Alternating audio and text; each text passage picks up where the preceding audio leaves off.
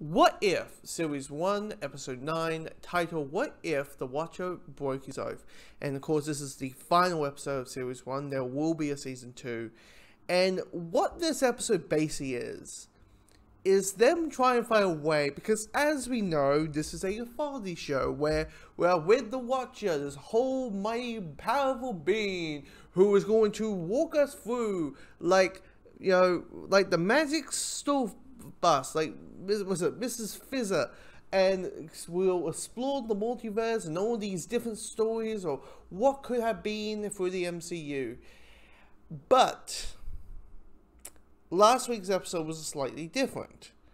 Last week's episode ended on a cliffhanger, ended on a continuation where we were watching an alternate reality with Ultron won and it's apocalyptic, and Ultron realizes that the multiverse he has broken into said multiverse. The Watcher tries to fight him off, but no sadida.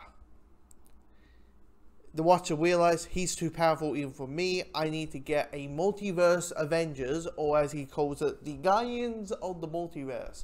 And that's kind of how, because I had some complaints last week about the ending and how, you know, you got people go, ooh, oh my god, we're going to get like a Multiverse Avengers. And then some people are like, oh, I kind of wish they didn't do that. It was something special about the whole, you know, what if one-shot mythology thing, them doing different, but everything has to be connected and part of some shared universe or something. But here's the thing about it. Like, this episode is the fireworks show. And it is. And I know for a lot of people, when it comes to Marvel, Marvel does the fireworks thing a lot. But for me, it all comes down to, do I care what's going on, really? And I do. I really do, because, you know, this group of,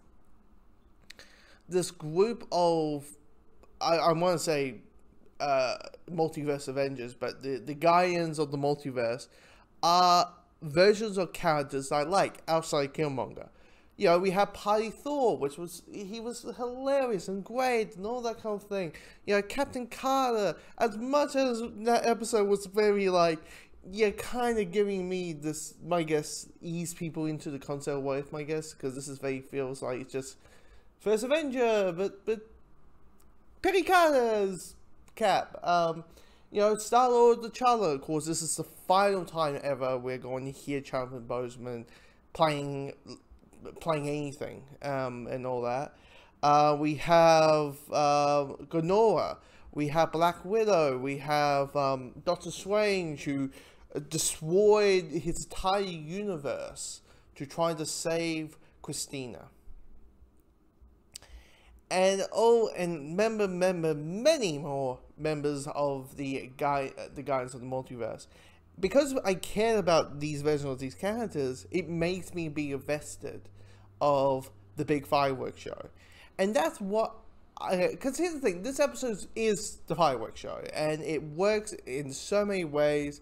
There's like an epicness, the choreography, which is kind of weird because it's animation, but the choreography in through the action sequence, I mean, there's a tracking shot, if you may want to say that, a tracking shot of just the Guardians of the Multiverse pounding through Ultron. Like, okay, Agent Carter, Captain Carter is using her shield, and then Black Widow uses her shield because it's Thor does his thing, Doctor Strange does his thing, Gamora does her thing, Killmonger does his thing, and T'Challa Star-Lord does his thing. And you are invested and you care about because you care about the characters. It's not visual noise. You know? The way you give us have the fuck yeah moments is us caring about the characters that Marvel does really, really well. And makes the fireworks show, as most people like to call them, work and be invested and make you have that emotional depth towards it.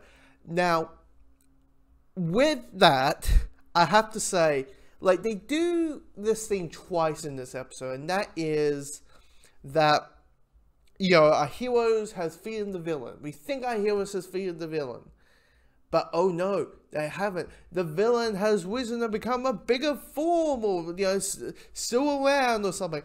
And they do it twice, and when the third one comes around, I'm like, okay, time to wrap it up.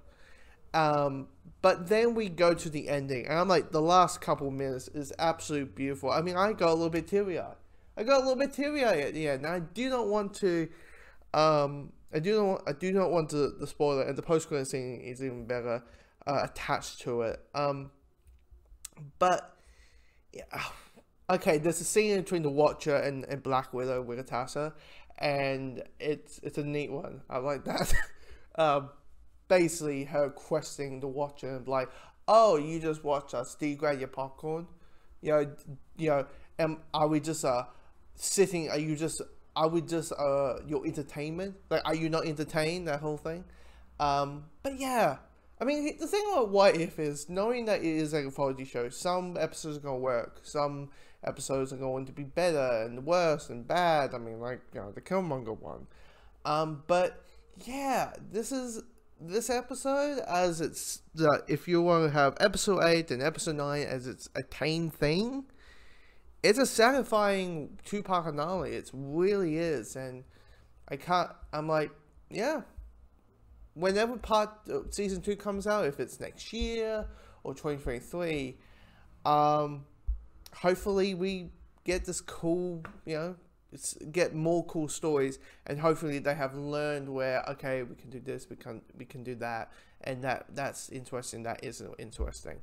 So yeah, here's a bunch of people who are used to doing live action diving into animation for the first time. So it's a little bit like, again, let's let them have